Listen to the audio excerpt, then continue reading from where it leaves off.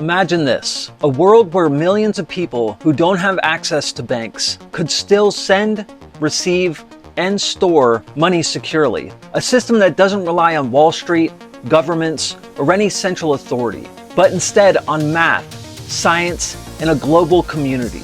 That's the promise of blockchain technology. And one of the boldest attempts to make that vision real is Cardano. Today, we're diving into the story of Cardano, where it came from, who built it, why it was created, and how it's grown into one of the most ambitious blockchain projects in the world.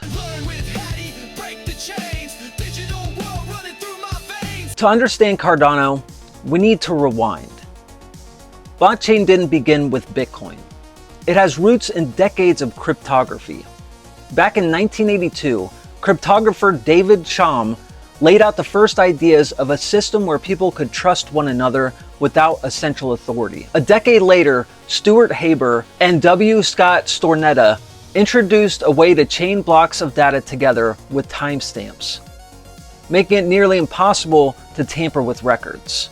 In 1992, they added Merkle trees, which allowed multiple pieces of data to be bundled into blocks more efficiently. These ideas didn't go mainstream yet, but they planted the seeds. Fast forward to 2008, an anonymous figure, Satoshi Nakamoto, publishes the Bitcoin white paper. Suddenly, the world had its first real blockchain, a decentralized proof-of-work system that could handle peer-to-peer money without banks. Bitcoin launched in 2009, and it was revolutionary but limited. Then came Ethereum in 2015, which brought smart contracts and decentralized apps. Ethereum opened up a whole new world, but it also had problems. High energy cost, scalability issues, and unpredictable fees. And this is where the next chapter begins, Cardano.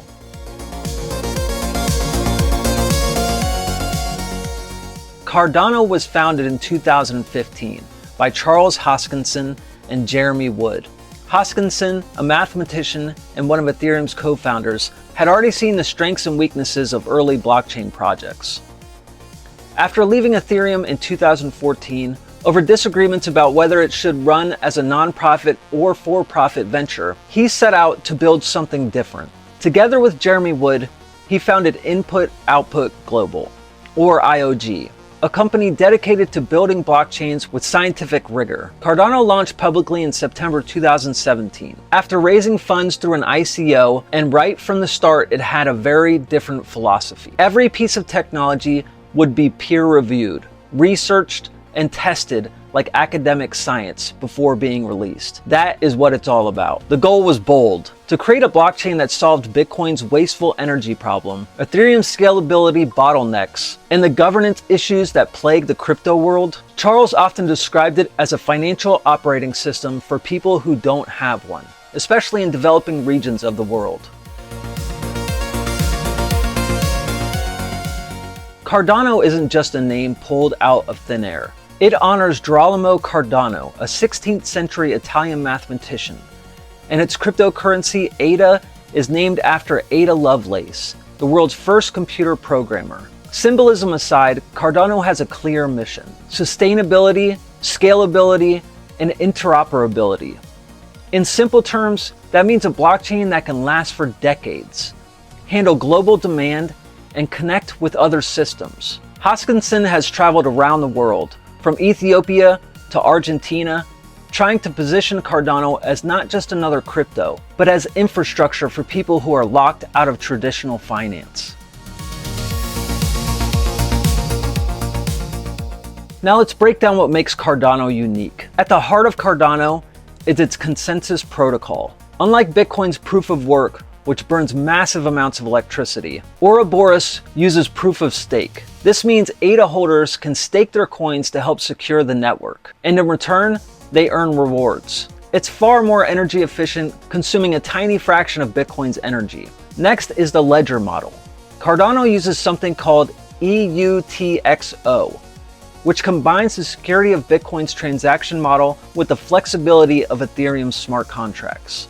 This makes transactions predictable, scalable, and secure. Cardano is also built in layers. The settlement layer handles ADA transactions, while the computational layer powered by Plutus smart contracts, runs decentralized apps. This separation gives it scalability and flexibility that most blockchains lack.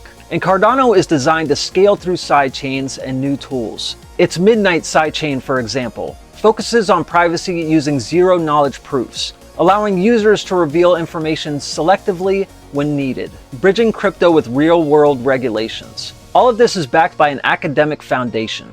Over 100 peer-reviewed papers, making Cardano arguably the most research-driven blockchain in existence.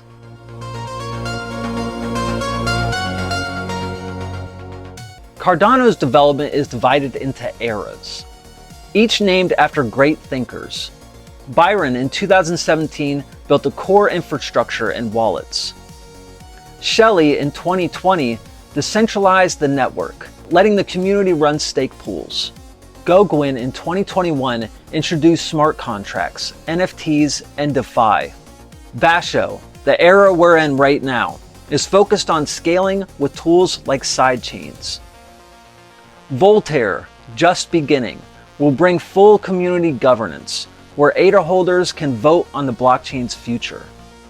The Chang hard fork in 2024 marked the start of true on-chain democracy for Cardano. That's something very few blockchains have achieved.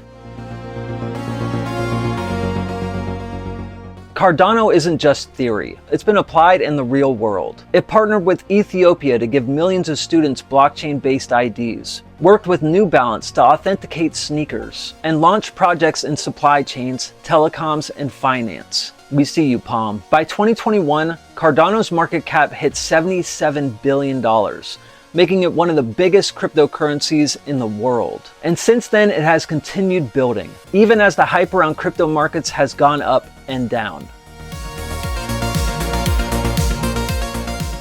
Of course, Cardano's journey hasn't been without criticism. Some say its development has been too slow, focusing too much on academic research, while other blockchains raced ahead. Others argue its promises of infinite scalability are too ambitious.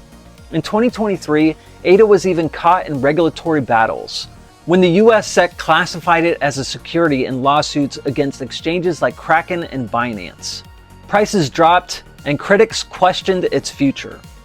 But IOG pushed back, and ADA is still widely traded today. Despite the challenges, Cardano has never gone down, has stayed decentralized, and continues to grow its community.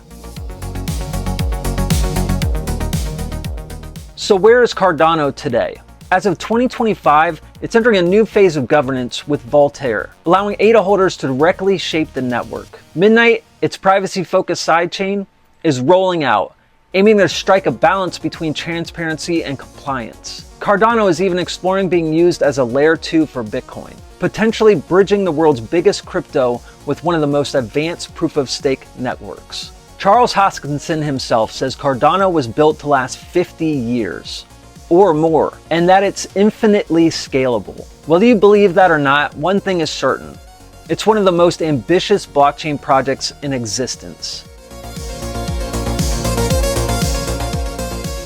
From its roots in academic research to its mission of serving the unbanked, Cardano represents a different approach to blockchain. Some see it as slow and overly cautious, others see it as the only blockchain built to truly last. The question is, will Cardano become the backbone of global finance, or just another chapter in crypto's long history? I'd love to hear your thoughts. Do you believe in Cardano's vision, or do you think another blockchain will take the lead? Let me know in the comments. Thanks for watching, everybody. Remember, stay curious, keep learning, and you always win with Hattie Hats.